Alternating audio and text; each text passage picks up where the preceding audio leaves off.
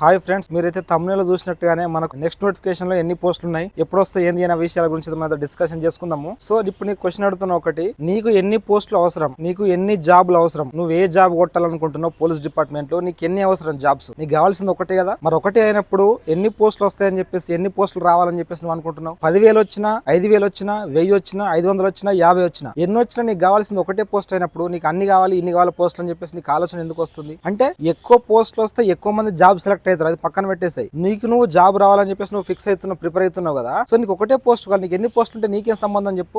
నీ ఆలోచన ఎట్లుంటో చెప్పన్నా. ఇప్పుడు ఎక్కువ పోస్టులు కనుక ఉన్నాయనుకో, జర మనం తక్కువ మార్కులు వచ్చినా కూడా గెటిన్ కావచ్చు, జాబ్ సంపాదించుకోవచ్చు నీ ఆలోచన కదా. ఎట్టి పరిస్థితులు అట్లా ఆలోచన చేయకు, ఇట్లాంటి ఆలోచన ఉండొద్దు. ఎందుకనంటే నీకు ఎప్పటి నుంచో చెప్తాను, అందుకని నువ్వు లాంగ్ టర్మ్ నుంచి ప్రిపేర్ కామని చెప్పేది ఇందుకోసానికి. ఒక్క పోస్ట్ 10 పోస్టులు ఉన్నది నీకే రావాలి, ఆ 10 పోస్టులను ఉండాలి. అంతేగాని 10,000 పోస్టులు, 1,00,000 పోస్టులు ఏం చెప్పుడు కాదు. నోటిఫికేషన్స్ మనం ఏమనుకున్నాం, ఖాళీలు ఒక 19,000 ప్లస్ ఖాళీలు అయితే ఉన్నాయి. 17,000 వేస్తారని అనుకున్నాం, కానీ వేయట్లేదు గవర్నమెంట్. 5,000 కేమో ఆమోద ముద్ర తెలిపిందని అంటుంది ఆర్థిక శాఖ.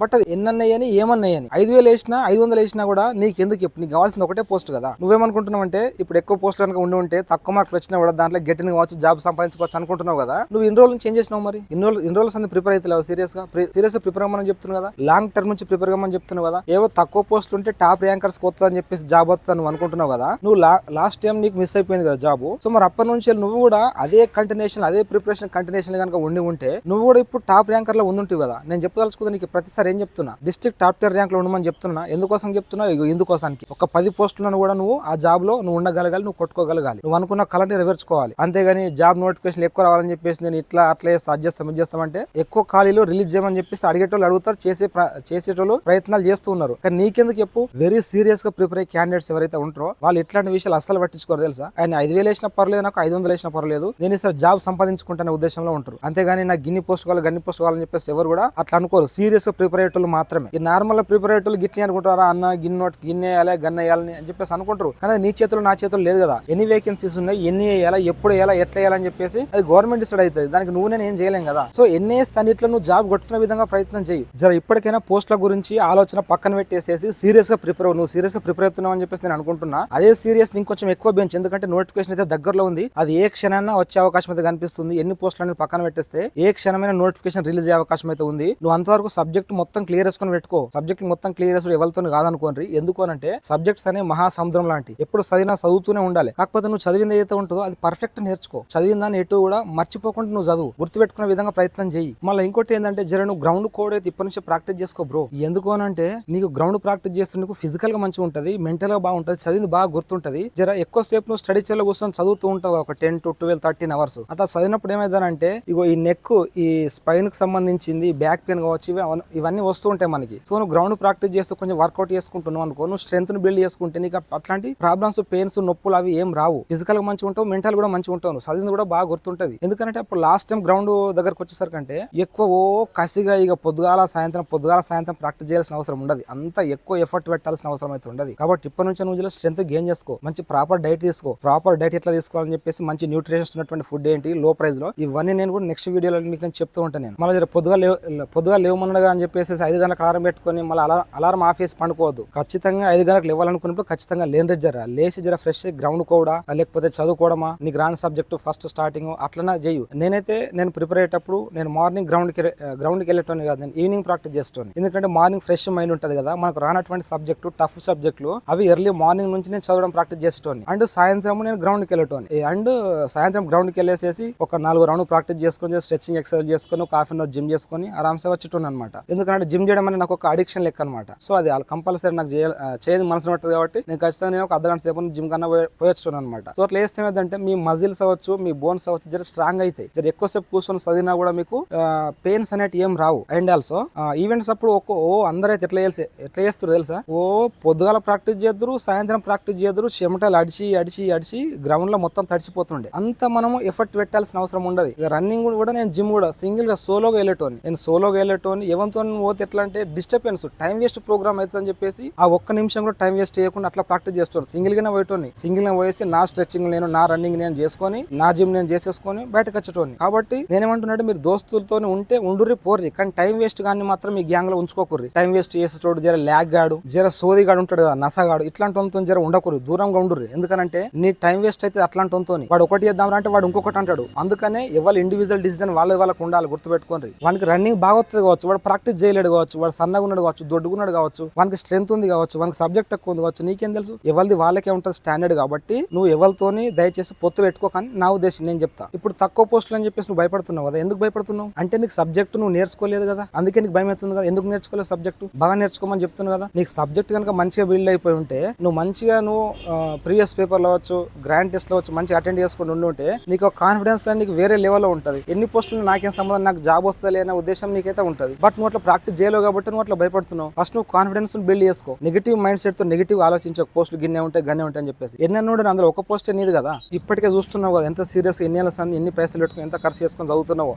మళ్ళీ ఇంటి మోటోలు, ఇంటి పక్కలు, ఇంటి అనుకోలు, మీ ఊళ్ళో, మీ పాలలో, మీ కొందరు దోస్తుగాలు కావచ్చు అనుకుంటారు కదా, ఈడికి నౌకరు వస్తారు, ఈడికి నౌకరు రాకపోతే మంచిగా అని చెప్పేసి ఏడ్చేటోళ్ళు ఉంటారు నీ మీద. సో వాళ్ళందరినీ నువ్వు తీసుకొని ఒక మెట్టు లెక్క మలుచుకొని ఆ మెట్టు మీద స్టెప్ పెట్టి నువ్వు పైకి వెళ్ళి నువ్వు సక్సెస్ సాధించాలి. ఇట్లాంటి వాటి అన్నింటి కూడా రూమర్స్ కావచ్చు, నెగిటివ్ థాట్స్ కావచ్చు, ఈ నెగిటివ్ దోస్తులు, నెగిటివ్ పాలు వాళ్ళు ఉంటారు కదా చుట్టాలు, వీళ్ళు అనుకునేటటువంటి నెగిటివ్ అంతా కూడా నువ్వు మలుచుకొని ఒక స్టెప్ వేసుకొని దాని మీద అడుగు పెట్టి నువ్వు పైకి వెళ్ళి నువ్వు సక్సెస్ సాధించాలి. అట్లా ఉండాలి. నువ్వు అట్లా సక్సెస్ అయినప్పుడు వాళ్ళు కుళ్ళుకోవాలి, వాళ్ళు అట్లా ఇది కావాలి, వాళ్ళ నోర్లు అట్లా ముయ్యాలి నువ్వు సక్సెస్ చూపిస్తే. అంతేగాని చెప్పేసి నువ్వు జాబ్ రాకపోతే ఎట్లా అని చెప్పేసి నెగిటివ్ థాట్ లో ఉండకు. నేను జాబ్ సాధించలేకపోతే ఎట్లా, పోస్టులు తక్కువ ఉంటే ఎట్లా అని చెప్పేసి నెగిటివ్ గా ఉండకు, నెగిటివ్ ఆలోచించకు. ఒకవేళ నీ కాన్సన్ట్రేషన్, మోటివేషన్ తక్కువ అనిపిస్తే జర మన ఛానల్ ఓపెన్ చేసి చూడు, లేకపోతే మీ అమ్మ నాన్న గుర్తు చేసుకో. మీ అమ్మను, అక్కను, చెల్లెను, అన్న తమ్ముడు ఉంటారు కదా, మీకోసం ఎంత కష్టపడుతారు వాళ్ళని చూడు ఒకసారి. వాళ్ళని ఒకసారి ఇమాజినేషన్ చేసుకోను, అప్పుడు నీకు తెలుస్తుంది జాబ్ రావన్నా వద్దా ఎట్లా రాదో. లేదనుకుంటే నువ్వు ఇప్పుడే యూనిఫామ్ వేసుకున్నట్టు నీ ఫేస్ నిచ్చేసి ఏఐకి ఒక ఫోటో తయారు చేసి ఇమ్మని చెప్పు. యూనిఫామ్ వేసుకున్న ఫోటో ఆ ఏఐ తయారు చేసి ఇస్తా, దాన్ని చూసుకో. నీ కళ నువ్వు ఫోటో తయారు చేసుకున్నది రియల్ గా నేను లైఫ్ లో ఎట్లయినా యూనిఫామ్ వేర్ చేయాలని చెప్పేసి ఆ ఫోటోని చూసుకుంటున్నా నువ్వు మోటివేషన్ తెచ్చుకో. సో మనకైతే సబ్జెక్టులు అయితే బాగానే ఉంటాయి కదా, ఈ సబ్జెక్టులు మనం ఎట్లా ఓవర్కమ్ చేసుకోవాలి. సో నువ్వైతే ప్రజెంట్ అయితే కోచింగ్ ఇన్స్టిట్యూట్ లో కోచింగ్ అయితే తీసుకుని కంప్లీట్ అయిపోయింది ఆల్రెడీ. నువ్వు బుక్స్ అన్ని ప్రిపేర్ అవుతున్నావు, మంచి స్టాండర్డ్ బుక్స్ తీసుకున్నావు, ప్రిపేర్ అవుతున్నావు కదా. డైలీ 3 లేదా 4 సబ్జెక్టులు మాత్రమే చదువుకో. 3 లేదా 4 సబ్జెక్టులు నువ్వు డైలీ ఎట్లా ఒక 12 అవర్స్ చదువుతున్నావు అనుకుంటున్నావు కదా, అంటే ఒక్కొక్క సబ్జెక్ట్ కు 3 to 4 అవర్స్ అనమాట. ఎందుకంటే ఒకటే సబ్జెక్ట్ ను పొద్దుగా లేచిన 5:30 నుంచి వెళ్ళి రాత్రి 9:30, 10 దాకా చదువుదామని అనుకుంటున్నావు కదా. ఇట్లా చదివితే ఏమైందంటే ఒకటే సబ్జెక్ట్ ఇట్లా చదువుతూ ఉంటే మనకు బోర్ వస్తుంది, అంత కాన్సన్ట్రేషన్ గా మనకు గుర్తుండదు, ఎక్కది. ఏదో ఎట్టికి చదువుతాం కావచ్చు, పేపర్ తిప్పేస్తుంటాం కావచ్చు, మన మైండ్ కి అయితే ఎక్కదు అది. సో అందుకనే సబ్జెక్టులు ఒక 3 to 4 అవర్స్ ఒకసారి నువ్వు చేంజ్ చేసినావు అనుకో, అంటే పర్ డే లో 3 to 4 సబ్జెక్ట్ కనుక నువ్వు చదువుతున్నట్టయితే నీకు బాగా గుర్తుంటుంది, నీకు బాగా వస్తుంది. అండ్ మనం ఏం చేయాలి చదివేటప్పుడు అంటే జర వాటర్ కన్జంప్షన్ ఫ్లూయెంట్ ఎక్కువ తీసుకుంటూ ఉండండి. రూమ్ లో చదివేటప్పుడు వాంతో వీంతో ఎక్కువ మాట్లాడుకుంటారు. జర మొబైల్ ఫోన్ అయితే అసలు వాడకు బ్రో, నేను చెప్తున్నా కదా, ఫోన్ అసలుకే వాడకు. పొద్దుగా లేచిన తర్వాత వెంటనే ఫోన్ చూసుడు బంద్ చేయరా. అసలు ఫోన్ వాడకు, ఫోన్ స్విచ్ ఆఫ్ చేసి లేకపోతే ఫ్లైట్ మీద పెట్టేస్తే పక్కన పడేసాయి. ఏదైనా అవసరం ఉంది అనుకుంటే ఇంటికి ఫోన్ చేయడము, అమ్మకో నాన్నకో ఫోన్ చేయడం ఇట్లాంటి మాత్రం చేయండి, సరేనా. అండ్ నువ్వు చదివేటప్పుడు మధ్య మధ్యలో వాటర్ కన్జంప్షన్ ఎక్కువ తీసుకుంటూ ఉంటుంది. దానివల్ల ఏమైందంటే వాటర్ నుంచి బ్రెయిన్ అనేది ఆక్సిజన్ అనేది ఎక్కువ అందుతుంది. అండ్ నువ్వు చదివేటప్పుడు ఒక 45 వాస్తవానికి హ్యూమన్ అంటే మైండ్ సెట్ ఎట్లా ఉంటుంది అంటే మనిషి యొక్క మైండ్ సెట్ ఒక సబ్జెక్టు ఒక 45 minutes వరకే మనం చదివితే అది మనకు గుర్తుంటది, కాన్సన్ట్రేషన్ గా ఉండగలుగుతాం. బట్ మనం 45 minutes చదవలేం కదా, డైలీ ఒక 12 hours చదువుదాం అనుకుంటున్నావు కదా. మరి ఎట్లానంటే ఎవ్రీ 45 minutes కు లర్నర్స్ అంటే స్టార్టింగ్ స్టేజ్ వాళ్ళు అయితే ఇటంగా ఎవ్రీ 45 minutes కు ఒక 5 minutes బ్రేక్ ఇయ్యండి. రూమ్ బయటకి వెళ్ళి వాక్ చేయడము, లేకపోతే వాటర్ దాకా అటు తిరగడము, జస్ట్ లేకపోతే కనీసం ఇట్లా ధ్యానం చేయడము ఒక 2 minutes అన్న, ఇట్లాంటివి చేసినాం అనుకో నీకు మంచిగా కాన్సన్ట్రేషన్ పెరుగుతుంది, మంచిగా గుర్తుంటది. అండ్ ఇది స్టార్టింగ్ స్టేజ్ వాళ్ళకి. అదే సీనియర్లు ఉంటారు చూడండి, అంటే ఎక్కువ టైం నుంచి కొన్ని ఇయర్స్ అన్ని ప్రిపేర్ అయ్యేటోళ్ళు, వాళ్ళకి ఎట్లా అంటే 2-3 గంటలు చదివినా కూడా అసలు ఇంట్రెస్ట్ పోవడం కానీ కాన్సన్ట్రేషన్ పోవడం కానీ అట్లాంటి ఏం జరగదు. ఫర్ ఎగ్జాంపుల్ నేనే చెప్తా వినండి, నేను పొద్దున మార్నింగ్ బ్రేక్ఫాస్ట్ తర్వాత కూర్చున్నానంటే లంచ్ వరకు ఉదయం మధ్యలో లేస్తుంది కూడా కాదు, అంటే లెవెల్ అనిపించకపోయేది. అండ్ దాంతో పాటుగానే మనకు మైండ్ కూడా ఎటు డిస్టర్బెన్స్ అయ్యేది కాదు. ఆ బుక్ పట్టుకొని కూర్చొని చదువుతున్నాం అంటే అట్నే వెళ్ళిపోతా ఉంటుంది, అంటే అర్థం చేసుకుంటూ చదువుతూ పోతానే ఉంటాం. సో అది ఎప్పుడు ప్రాక్టీస్ చేస్తుంటే మనకు ఎక్కువ టైం నుంచి ఎక్కువగా మనం చదువుతూ ఉంటే మన బ్రెయిన్ అనేది దాన్ని కూడా అట్లా అలవాటు కావడం జరుగుతుంది. బట్ ఏమైనా టఫ్ సబ్జెక్టులు, ఇంట్రెస్ట్ లేని సబ్జెక్టులు, మనకు అస్సలకే తెలియని సబ్జెక్ట్ కనుక చదువుతుంటే ఎంత సీనియర్లు అయినా కూడా మైండ్ అనేది కొంచెం అయితే ఇబ్బంది అయితే అవుతుంటది. బట్ దాన్ని ఓవర్కమ్ చేసుకో. మధ్య మధ్యలో మోటివేషన్ తక్కువ అనిపిస్తే మీ అమ్మ నాన్న గుర్తు చేసుకో. మీ దోస్తు కూడా వాళ్ళు వీళ్ళు జాబ్ అయితే కొట్టిరు కదా, వాళ్ళు ట్రైనింగ్ లో ఉన్నప్పుడు ఫోటోలు గీటలు అన్ని పెట్టిరు, ఇన్స్టాగ్రామ్ ఫేస్బుక్ యూట్యూబ్ అలా చూసినావు కదా, నువ్వు కూడా అట్లా సాధించుకోవాలి కదా. సో ఇవన్నీ అయితే గుర్తు చేసుకో. చదివేటప్పుడు ప్రతిదీ కూడా మంచి కాన్సన్ట్రేషన్ ఫుల్ ఫోకస్ గా చదువు. గుర్తుండని పాయింట్స్ అంటూ ఉంటాయి కదా, ఆ టాపిక్ పేరు రాసుకొని చిన్నగా రాసుకో. ఒక నోట్ బుక్ అవచ్చు, ఒక A4 సైజ్ పేపర్ వచ్చి చిన్నగా ఫోల్డ్ చేసుకొని దాని మీద రాసుకో. వాటిని ఎక్కువ సార్లు చూస్తూ ఉండు. నువ్వు చూస్తుంటే నీకు అవన్నీ గుర్తుంటాయి అనమాట. అండ్ నీ చదివేటోళ్ళు వచ్చి, నీ రూమ్మేట్స్ అవచ్చు, నీ దోస్తులు అవ్వచ్చు, జర డిస్టర్బెన్స్ గాలతో అయితే ఉండకుండా రాబా. నేను చెప్తాను, సబ్జెక్ట్ నాలెడ్జ్ ఎక్కువ జర సీరియస్నెస్ ఎక్కువ అయితే నువ్వు ఉండు దోస్తాన కూడా. నువ్వు నీకంటే జర ఆగంగాంతో అట్లా ఉన్నావు అనుకో, నీ టైం మొత్తం వెళ్ళిపిస్తుంది. అరే నా జాబ్ మిస్ అయింది, నా టైం వేస్ట్ అయిందని చెప్పేసి తర్వాత చేతులు కాలినాక ఆకులు పట్టుకుంటే లాభమే ఉండదు. అందుకని ఇప్పటి సమయం జర జాగ్రత్తగా ఉండు. ఎవరితో నువ్వు మాట్లాడక ఫస్ట్, ఎవరిని నువ్వు డిస్టర్బెన్స్ చేయకు, నువ్వు ఎవరిని చేత డిస్టర్బెన్స్ గురిగాకు, నువ్వు ఎవరినే మనకు. నీ సబ్జెక్ట్ ఏదో నీదేదో నువ్వే చూసుకో. నువ్వు ఫోన్ లో వాంతరం ఇంత జర మాట్లాడవచ్చు, జర బంద్ చేయి. గర్ల్ ఫ్రెండ్ తో మాట్లాడవచ్చు, దోస్తులతో మాట్లాడవచ్చు, జర ఎక్కువ సోదులు అయితే బంద్ చేయి. అసలు ఫోనే వాడకని చెప్తున్నా కదా నీకు. ఇంకా కొందరు ఏం చేస్తారనంటే కరెంట్ అఫైర్స్ కు సంబంధించినటువంటి దాని మీద ఎక్కువ ఫోకస్ చేస్తారు. హైగా వెళ్ళిపోతారు. వాడు రోజు మొత్తం చూడు 2-3 గంటలు కరెంట్ అఫైర్స్ కి కేటాయిస్తాడు. అరే కరెంట్ అఫైర్స్ నుంచి వచ్చేటి నీకు మార్క్స్ ఎన్ని చెప్పు. నేను అంటే ప్రిలిమ్స్ లో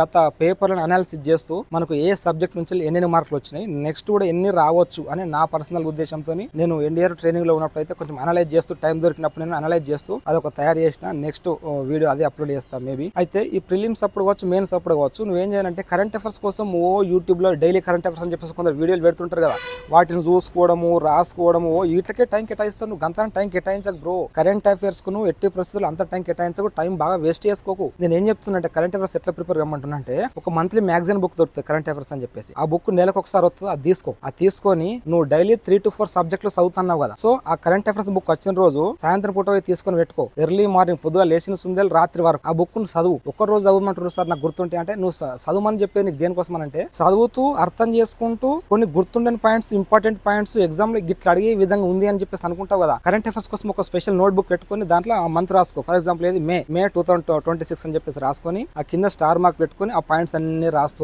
వెళ్ళిపో. అట్లా పాయింట్స్ రాసుకుంటూ ఒక్క మంత్లీ మ్యాగజైన్ బుక్ కి నీకు 4 నుంచి 5 పేజీలు మాత్రమే అవుతాయి ఒక లాంగ్ నోట్ బుక్ లా. అర్థమవుతుందా? సో ఇట్లా నువ్వు రాసుకుంటూ కొన్ని నెలలు, ఒక 6 నెలలు అయింది ఒక ఫర్ ఎగ్జాంపుల్, ఒక 30-40 మాక్సిమం 50 పేజీల కన్నా ఎక్కువ కావు తెలుసా, అన్ని పాయింట్స్, ఇంపార్టెంట్ పాయింట్స్ అన్ని. సో నువ్వు అన్ని సబ్జెక్టులన్నీ చదువుడు అయిపోతుంది కదా. చదువుడు అయిపోయిన తర్వాత ఒక్కసారి కరెంట్ అఫైర్స్ ని కూడా ఒక్కసారి రివిజన్ చేయి. అది కరెంట్ అఫైర్స్ రివిజన్ చేయడం నీకు 1 రోజులే 2 రోజులలో అయిపోతుంది తెలుసా. అదే నువ్వు for example monthly magazine book తెచ్చుకొని పెట్టుకున్నావు, సెల్ఫ్ నింపిన ఇట్లా కట్టలు ఎగ్జామ్ దగ్గరకు వస్తుంది, అప్పుడు నువ్వు అవన్నీ చదవాలంటే నీకు బాగా ఇబ్బంది అయితే, టైం బాగా వేస్ట్ అవుతుంది. సో నువ్వు రాసుకున్న బుక్ ను కనుక ఒక రోజులో చూసి పడేస్తావు, నీకు చాలా టైం సేవ్ అవుతుంది. అన్ని ఇంపార్టెంట్ పాయింట్స్ ఒక దగ్గర ఉంటాయి, నీకు మైండ్ మీద కూడా ఎక్కువ భారం పడదు. ఈజీగా తక్కువ టైంలో ఎక్కువ మార్కులు గెయిన్ చేసుకోగలుగుతావు. నువ్వు కరెంట్ అఫైర్స్ రోజుకు 2-3 గంటలు క్లాసులు వినుకుంటా రాసుకుంటా ఉంటే నువ్వు చాలా టైం వేస్ట్ చేస్తున్నట్లు లెక్క. గుర్తుపెట్టుకో, నీకు అర్థమవుతుందో లేదో. ఇంకా కరెంట్ అఫైర్స్ నుంచి ఎన్ని క్వశ్చన్లు అడతాడు, మా అయితే 15-20 అంతే కదా. అన్ని సబ్జెక్టుల మాదిరిగానే దీన్ని కూడా అడిగేది. నువ్వు మరి అన్ని సబ్జెక్టుల కంటే దీనికి ఎక్కువ టైం కేటాయించాల్సిన అవసరం ఏముంది. నేను చెప్పినట్టు ఫాలో కరెంట్ అఫైర్స్, ఇది చాలా హెల్ప్ఫుల్ అయితే నీకు. నేను కూడా అట్నే ప్రిపేర్ అయినా. నువ్వు మధ్య మధ్యలో వేరే ఎగ్జామ్స్ కూడా రాస్తుంటావు కదా, అప్పుడు కూడా నువ్వు రాసుకున్నటువంటి బుక్ కరెంట్ అఫైర్స్ చూసుకున్నావు అనుకో, నీకు చాలా తక్కువ టైంలో అయిపోద్ది అబ్బా సబ్జెక్టు. అండ్ బాగా ప్రిపేర్ అవ్వు, మంచిగా చదువు. నీకైతే 100% జాబ్ వస్తాను అనుకుంటున్నాను. నువ్వు ఖచ్చితంగా ఈసారైతే జాబ్ కొట్టాలి, యూనిఫామ్ వేసుకోవాలి, డిస్ట్రిక్ట్ టాప్ 10 ర్యాంకులు ఉండాలి చెప్తానా. దీనికోసానికి నువ్వు మంచి ఒక స్ట్రాటజీ మంచిగా ఫాలో అవ్వు. నువ్వు ప్రీవియస్ పేపర్ అయితే ఖచ్చితంగా నేర్చుకోబ్రో చెప్తాను. ఎట్టి పరిస్థితుల్లో వదిలిపెట్టకు. ప్రీవియస్ పేపర్ లో ప్రతి బిట్టు, ప్రతి అర్థమెటిక్ ప్రాబ్లం, ప్రతి క్వశ్చన్ నువ్వు నేర్చుకో. అండ్ ఆల్సో TGPSC, TSPS కి సంబంధించిన ప్రీవియస్ పేపర్ అన్ని తీసుకో. వాటిని కూడా ప్రాక్టీస్ చేస్తూ 100% ప్రాక్టీస్ చేయి. నువ్వు ప్రీవియస్ పేపర్ కనుక ప్రాక్టీస్ చేయకుండా నువ్వు జాబ్ రావాలని చెప్పేసి ఎక్స్పెక్ట్ చేస్తాం మాత్రం పప్పులో కాలేసినట్టే లెక్క. నేను ప్రిపేర్ అయ్యేటప్పుడు అయితే ఎస్ఐకి 1990 నుంచి వెళ్ళి ఆ 2016 వరకు జరిగినటువంటి సివిల్స్ ప్రిలిమినరీ పేపర్స్ కూడా ప్రాక్టీస్ చేస్తున్నాను, నేను నేర్చుకునేటువంటి. అట్లా మీరు కూడా ఖచ్చితంగా గ్రూప్ 1 పేపర్స్ కూడా కావచ్చు. గ్రూప్ 1 ఎగ్జామ్ మన తెలంగాణలో 3 సార్లు జరిగి రద్దు అయిపోయింది కదా. 3 సార్లు జరిగినటువంటి ప్రిలిమినరీ టెస్ట్ పేపర్ ఉంటాయి కదా, ఆ టెస్ట్ లో ఆ బిట్స్ కూడా అన్ని నేర్చుకుని అవి కూడా ప్రాక్టీస్ చేయండి. ప్రీవియస్ బిట్స్ కంపల్సరీ ప్రాక్టీస్ చేయండి. అంటే ఎగ్జామ్ ప్యాటర్న్ ఎట్లా ఉంది, ఏ ఎగ్జామ్లలో ఎటువంటి టైప్స్ ఆఫ్ క్వశ్చన్స్ అడుగుతుంది, నీకు అన్ని అవగాహన వస్తూ ఉంటుంది, నీకు తెలుస్తూ ఉంటుంది ఇవన్నీ కూడా. సో దానికోసం ప్రీవియస్ పేపర్ ఖచ్చితంగా అయితే ప్రాక్టీస్ చేయి. ఈసారి నీకు 100% జాబ్ అయితే వస్తుంది. 100% జాబ్ రావాలని కోరుకుంటున్నా. కష్టపడేందుకు ఫలితం రావాలని కోరుకుంటూ మీ deep thinker Venkat, fire fighter. Thank you so much and thanks for watching. జై హింద్.